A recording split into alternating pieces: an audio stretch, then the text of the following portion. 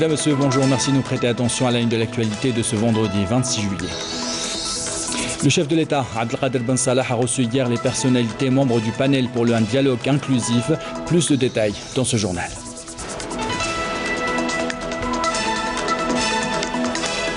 La brigade des services de protection du consommateur et de la répression des fraudes est à pied d'œuvre durant cet été. C'est le grand format de ce journal.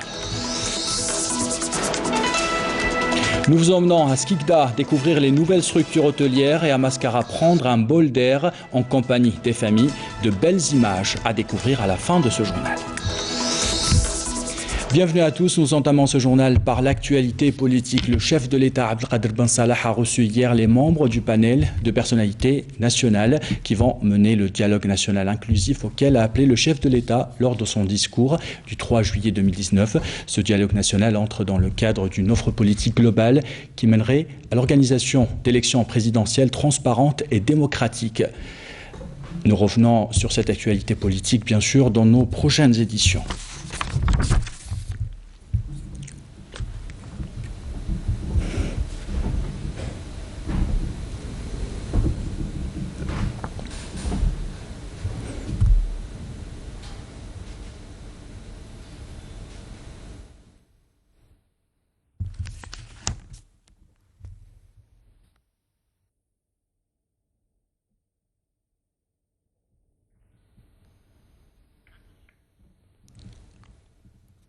Et toujours en rapport avec cette actualité politique, nous avons reçu hier une membre du panel de la médiation et du dialogue. Il s'agit de Madame Fatiha Benabou, professeure de droit public à l'Université d'Alger. Elle a insisté sur la nécessité d'instaurer une culture de dialogue en Algérie. Je vous propose de l'écouter. Nous sommes un pays où nous n'avons pas la culture du dialogue. Nous n'avons pas la culture du dialogue. Chez nous, c'est comme ça. Pour chacun des deux parties dit, voilà, moi j'ai dit, et je voudrais que ma demande soit prise en considération. Je ne discute pas. Ce panel est là justement pour instaurer cette culture de dialogue. Vous êtes professeur de droit, mais vous avez parlé avec beaucoup d'émotion. Est-ce que vous êtes optimiste quant à la réussite de ce dialogue? Écoutez, si j'étais pas optimiste, je ne serais pas là. Moi, je ne suis dans aucun parti politique. J'ai toujours été tout le monde sait que je suis très indépendante. Mais quand j'ai vu que la crise politique était à nos portes, une crise politique, économique et sociale à nos portes, je me suis dit, bon, nos parents se sont sacrifiés pour l'Algérie, pour qu'elle soit indépendante. Nous, on peut bien sacrifier parfois notre crédibilité pour que l'Algérie ne tombe pas dans une crise grave. Direction la wilaya de Skikda où le ministre de la Formation et de l'Enseignement professionnel, Dada Moussa Belkhir, a procédé à l'inauguration de plusieurs infrastructures pédagogiques. À cette occasion, il a annoncé la mise en œuvre ou la mise en place de nouvelles procédures qui auront pour but d'ouvrir de nouveaux horizons pour les stagiaires. Les détails avec Jazia Bayou.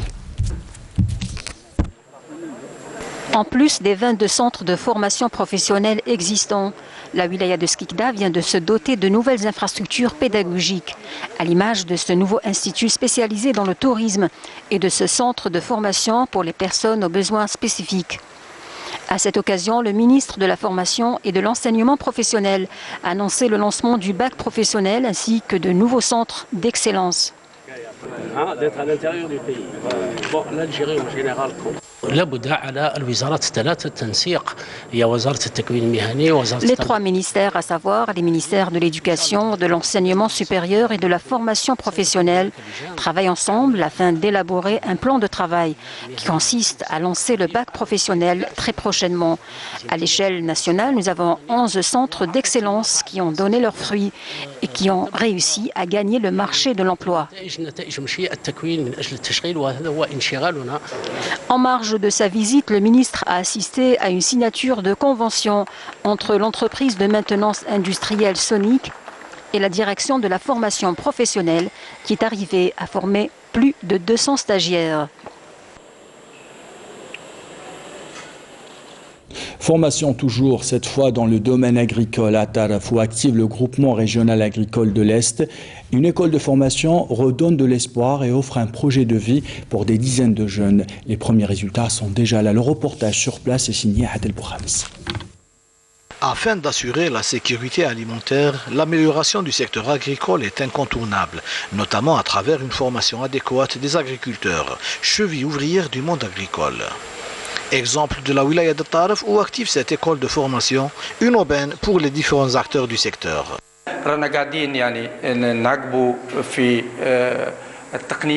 Nous assurons à ces jeunes une formation variée qui leur permet d'acquérir les nouvelles techniques agricoles, notamment en matière de l'élevage.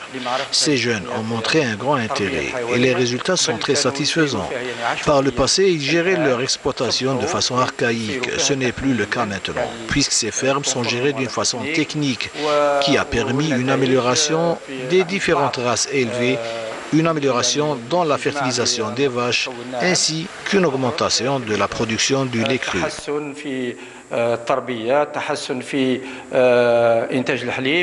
Une mesure à même de faire retourner les jeunes au travail de la terre.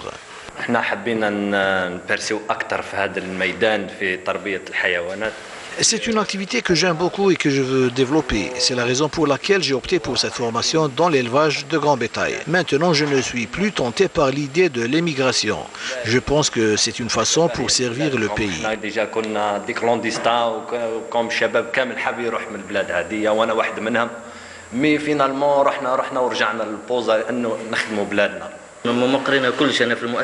Nous avons bénéficié d'une bonne formation au niveau de cette école, notamment en matière d'élevage bovin, ovin et de l'aviculture. Nous avons également bénéficié d'une formation en agriculture. Cette formation nous est très bénéfique, mon ami et moi, pour nous lancer dans l'élevage, voire même pour lancer une fromagerie.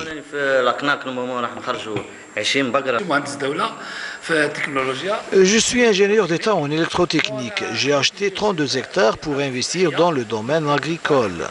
Un monde qui m'est complètement étranger. C'est grâce à cette école que j'ai appris beaucoup de choses.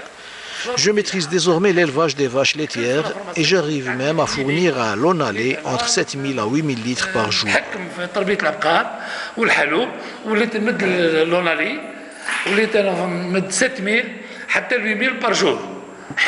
Pour rappel, cette école de formation fait partie de l'ambitieux projet du groupement régional agricole de l'Est.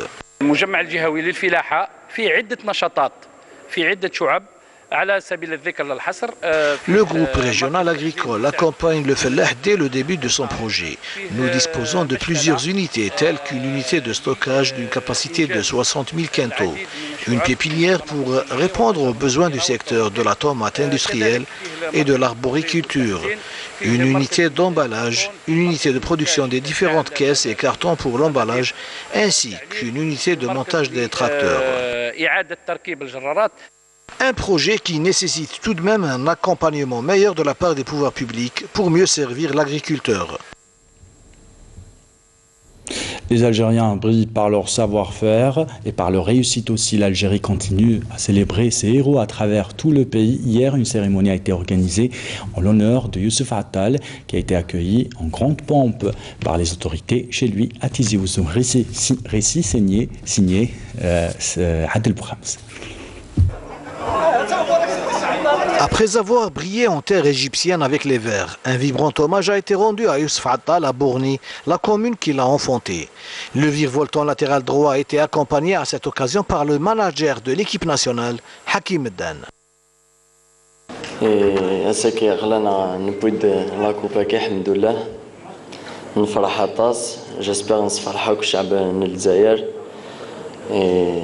ان شاء الله هنكمل نخدم مع بزاف بالك عندنا وليتي ترويض ان شاء الله الجزائر ان شاء الله هذا انا كنت نشكرها كلها في لانفيتاسيون ياكي شو نعيش نكون ان شاء الله عايش اللي بارون وياض اللي جوار وياض ان شاء الله سي ان بليزير فريمون سي ان بليزير ونفرح لالجيري اونتيير ان شاء الله والحمد لله.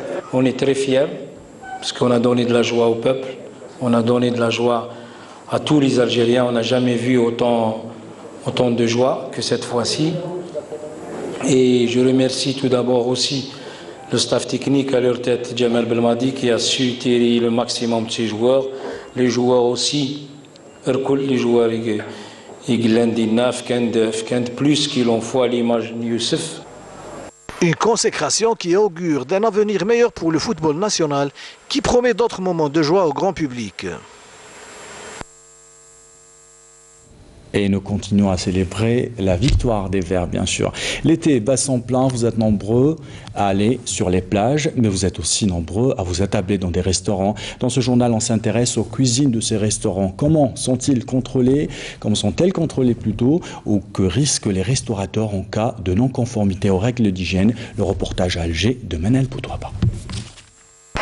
Il est 9h du matin, la brigade des services de protection du consommateur et de la répression des fraudes est déjà à pied d'œuvre. Au programme d'aujourd'hui, les commerces de restauration rapide, pizzerias et autres vendeurs de glace de la commune de Stawali. La hausse des températures fait planer comme chaque année le spectre des intoxications alimentaires. Leur mission est donc de prévenir tout risque sanitaire. Des visites inopinées sont effectuées au quotidien et à toute heure. Dans ce fast-food, les contrôleurs demandent le registre de commerce avant de commencer l'inspection. Première étape, la cuisine. Tout est passé au crible. Première infraction, les réfrigérateurs réglés à 18 degrés au lieu de 8. Munis d'un thermomètre à infrarouge, les agents passent tous les aliments en revue. Leur arme, c'est la vigilance. Le propriétaire est informé de toutes les sanctions qu'il encourt. Il est convoqué au niveau de leur bureau, au siège de l'APC.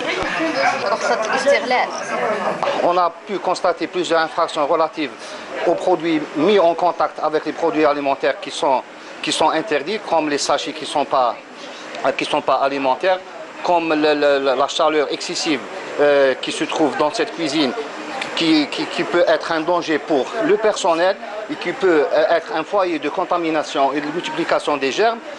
Pour nous, c'est une infraction. On doit verbaliser le commerçant pour cette pratique illicite. Les infractions constatées en été en général sont relatives aux conditions de conservation des aliments et au respect des règles d'hygiène. Direction cette fois une pizzeria qui a récemment ouvert ses portes. Ici, même protocole, même procédé. Verdict, rien à signaler, règles d'hygiène respectées, la réglementation est appliquée. Le contrôleur chargé des pratiques commerciales soulève néanmoins une infraction concernant le registre du commerce.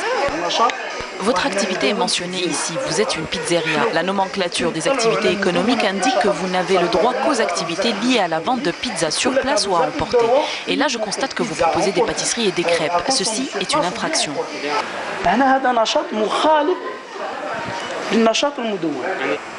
Autre station, une pizzeria qui propose aussi des glaces.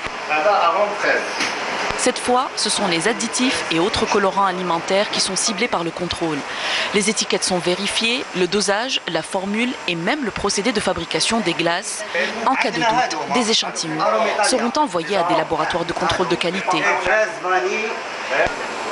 Ici aussi, pas d'infraction majeure, quelques remises à l'ordre et un travail de sensibilisation et d'information. Cela fait aussi partie de leur mission. Mais les infractions peuvent être parfois très graves. Les agents de contrôle ont certaines fonctions de la police judiciaire. Ils peuvent établir des procès-verbaux pour des poursuites à l'encontre des contrevenants. Mais leur travail ne peut être accompli sans la contribution des consommateurs. Le citoyen doit s'impliquer dans cette affaire. Pourquoi on a l'implantation de plusieurs directions de commerce à travers nos wilayas? Le consommateur doit dénoncer toute infraction. Le consommateur doit être informé sur ses droits et ses devoirs. Nous avons la ligne verte. On est à chaque fois sollicité par des citoyens. Là où il se trouve le magasin, on envoie une équipe sur place pour voir la réclamation ou bien le problème qui a été signalé par le citoyen. Le 10-20 est mis à la disposition des consommateurs. Un réseau d'alerte rapide est également installé auprès du ministère du Commerce, ainsi qu'une cellule de veille composée de la protection civile, du ministère de la Santé et du ministère du Commerce. Tourisme à présent, on vous parle souvent de la stratégie algérienne pour attirer les touristes algériens et étrangers. À Skikda, des complexes touristiques et des hôtels sortent de terre. Le client a désormais le choix pour ses vacances. Selon les responsables interrogés, les prix sont étudiés pour le consommateur algérien. Reportage Walid Sari, le récit est signé Soumia Zerouel. Des complexes touristiques répondant aux standards internationaux, des hôtels haut de gamme, des espaces de loisirs et de détente et bien d'autres projets touristiques en cours de réalisation à Skikda qui permettent de booster l'activité touristique dans la région et de renforcer le parc hôtelier de la wilaya. الفندق يستقبل العائلات وخصوصا في موسم الصيف Cet hôtel accueille les familles surtout lors de la saison estivale, durant laquelle nous proposons des promotions sur les prix des chambres, l'accès à la piscine et à l'aquapark. Le tourisme en Algérie connaît ces dernières années un développement sans précédent, ceci grâce également aux importantes potentialités touristiques que recèle le pays.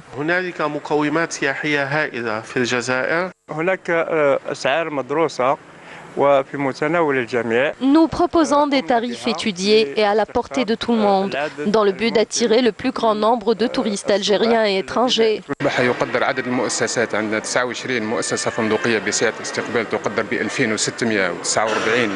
Le parc hôtelier de la wilaya dispose de 29 hôtels avec une capacité d'accueil s'élevant à 2649 lits, ce qui crée une dynamique au sein de l'industrie hôtelière en améliorant la qualité des services et en créant de la concurrence. Premier du genre à l'échelle nationale, le village touristique de Skikda qui affiche un taux d'avancement de plus de 85%, un projet qui fera de cette région un des plus importants pôles touristiques du pays. Le projet est composé de différents types d'hébergements, 10 espaces commerciaux, 10 espaces pour jeux pour les enfants, pour les adultes. Il dispose du plus grand aquapark en Algérie, il s'étale sur 14 000 m². Il dispose de 7 batteries de jeux et 32 départs. Le projet dispose aussi d'une piscine couverte qui peut fonctionner toute l'année. Elle est chauffée et climatisée. نسبة الأشغال حوالي 85%. Il reste juste les aménagements extérieurs et le pavage tel que vous le voyez maintenant. La wilaya de Skikda peut devenir la locomotive du tourisme à l'est du pays dans les années à venir au regard des gigantesques projets de tourisme qui y sont engagés, dont 21 nouveaux hôtels en cours de réalisation avec une capacité d'accueil de 6700 lits et un village touristique qui sera réceptionné en 2020. Des images qui donnent envie de passer des vacances du côté de Skikda. Non loin de Skikda, justement, Annaba attire de plus en plus de touristes algériens. On y va en bord de mer, les parents cherchent du calme et de la sérénité, les enfants de la fraîcheur et les jeunes se retrouvent entre copains pour passer du bon temps ensemble. Récit signé Mouna Nawel Hamidi. De par la beauté de ses plages azur et les nombreux espaces de loisirs qu'elle compte, Annaba, la perle de l'Est, attire chaque année des milliers de vacanciers d'Algérie et d'ailleurs. هم فامي كدا نجيب معايا الولاد معايا الولاد المدام كدا نتفسحوا شويه نعوموا شويه وكدا بيا رحمة ربي. عمت انا واختي وعجبني البحر. جينا انا وصحابي جينا نكومبي ولا ناريه ويامات وراو. البريود الصيف هذيا الانسان يفاجئ فيها مع البحر مع فامي مع القاقص صغار. En plus de ses atouts touristiques, cette ville côtière, appelée également la Coquette, attire les visiteurs grâce à la disponibilité des structures hôtelières, la qualité des services, mais aussi la sécurité. Les visiteurs de cette ville apprécient particulièrement la bonté et la sympathie des Bonnois. بزاف في عنابة الامن وحده المرافق متوفره يعني لي زوتيل الاستقبال الشعب تاعها طيب لي بلاج تاعها نظاف والحمد لله يعني خير من بلايص خلاف. نعقبوا العشيه كما نقولوا مع الاولاد اجواء صيفيه يعني ملاحه نحيو شويه الروتين تاع الخدمه. Pour la saison estivale, l'entreprise locale de nettoyage a mis en place des bacs de tri sélectifs. La société a également mis fin au problème des eaux usées. Nous avons mis en place des bouées flottantes en vue de délimiter l'espace de baignade et de mieux surveiller les baigneurs.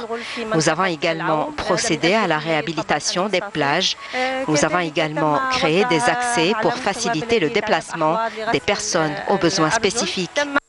Ville d'histoire et de culture, Annaba compte également de nombreux monuments historiques à découvrir.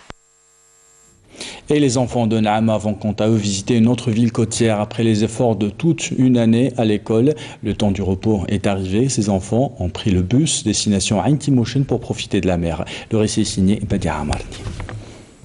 En été, il y a le ciel, le soleil et la mer. Et justement, les enfants du Sud prennent le départ vers le littoral pour profiter pleinement de leurs vacances sur les belles plages de Ain Mouchent. Le séjour de ce premier groupe d'enfants durera 15 jours. Une initiative qui s'inscrit dans le cadre du programme du ministère de l'Intérieur et sur organisation de la wilaya de Naama. بعد عام من التعب والقرايه رايحين باش نبحر ونصيف بعد الدراسه والجد وانجحنا اخيرا وذهبنا الى مخيم صيفي انا رايحين مخيم صيفي انا رايحين البحر ورانا رايحين نحوسوا فاكونس وان شاء الله نوصلوا بخير. Tous les moyens humains et matériels ont été mobilisés pour réussir cette opération qui sera suivie d'autres encore qui concerneront d'autres enfants. La wilaya de Naama a bénéficié d'un premier quota de 100 places. La destination est la wilaya de Ain Mouchent. Vous assistez aujourd'hui au lancement de cette première opération.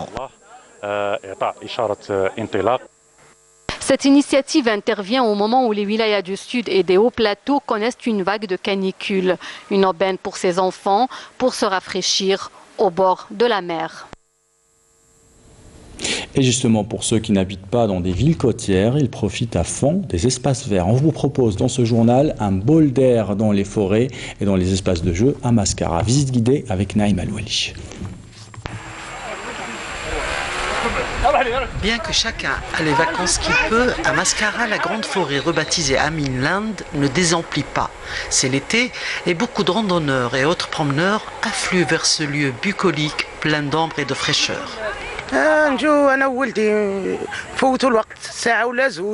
Concernant les gens qui n'ont pas la voiture, ils ne peuvent pas déplacer. Ou même comme nous, on passe l'après-midi et le soir avec les enfants, on prend avec nous du café et même le déjeuner, on passe ici. Et même les Mascariens qui ont la voiture, bien sûr, ils peuvent déplacer vers les wilayas d'Algérie. في معسكر في الغابة هنايا نجو من الويكاند للويكاند أما في الكونجي كمستغاليم. Étalé sur plusieurs hectares, Aminland accueille familles pique-niqueuses, couples au simple badaud qui se prélassent sur la pelouse ou à l'ombre d'un sapin centenaire avant un petit jeu attractif et pas forcément tonique. هذه هي اللعبة اللي مطلوبة بزاف اللي الماناج كاع. طومبوناج هي لوميير. لو روا دو بارك. لو بري تاعها 10000 الفواتير يلعبوا فيها بزوج تاع لي زونفون. بزوج غراوي. توجور ما تحبسش هي دائما هي مارش في الماناج. La forêt qui accueille jusqu'à 3000 personnes les jours de fête est sans doute le seul loisir qui existe dans cette antique contrée de l'Ouest. Avec ces images, nous arrivons à la fin de ce journal. L'équipe de la rédaction qui l'a préparé vous remercie de l'avoir suivi. Tout de suite, un point complet météo avec Frédéric Cheikh en bas de votre écran, les adresses web pour le replay de nos programmes. J'aurai le plaisir de vous retrouver à 19h. Belle journée à tous.